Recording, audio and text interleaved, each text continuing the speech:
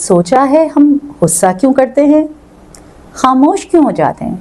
या किसी दूसरे को इल्ज़ाम क्यों देते हैं? ये सब अक्सर हमारी फितरत में नहीं होते, बल्कि वो रास्ते होते हैं जिनसे हमारा जहन हमें दर्द से बचाने की कोशिश करता है। आमतौर पर इंसान दूसरों के ज़ाहिरी रवैये को नोट करता है और उसी के मुताबिक अपने तौर पर समझ लेता है, लेकिन बहैसियत एक साइकोथेरेपिस्ट के तौर पर मैंने देखा है कि हमारा रवैया हमारे अंदर के एहसासात, यादों और ज़ख्मों की अक्कासी करता है। जब हम ज़ख्मी होते हैं, चाहे वो बचपन का कोई दर्द हो, कोई रिश्ता या कोई नाकामी, हमारा जहन दिफाई दीवारें कायम कर लेता है, खड़ी कर लेता है और इन्हीं दिफाई तरीक़ों को डिफेंसेस या वो नफ्सियाती निज़ाम कहते हैं, जिनसे हमारा दिमाग हमें दर्द, तकलीफ़, शर्मिंदगी या नाकामी से बचाता है। जैसे कभी हम हकीकत को तस्लीम नहीं करना चाहते क्योंकि वो हमें तकलीफ़ देती है, जब हम अपने किसी अमल को सही साबित करने के लिए बहाने बनाने लगते हैं या जवाज़ देने लगते हैं, जब हम अपनी कमज़ोरी या अपना एहसास जुर्म किसी दूसरे पर डालते हैं,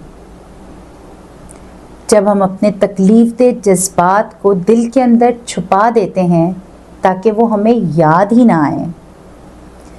जब हम अपना गुस्सा असल शख्स पर नहीं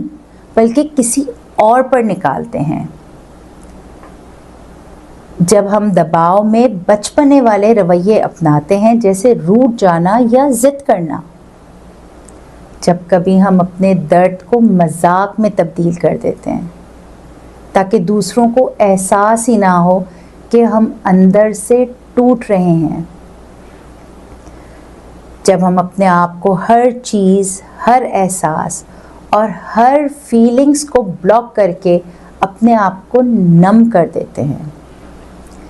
याद रखें, ये सब कमज़ोरियाँ नहीं,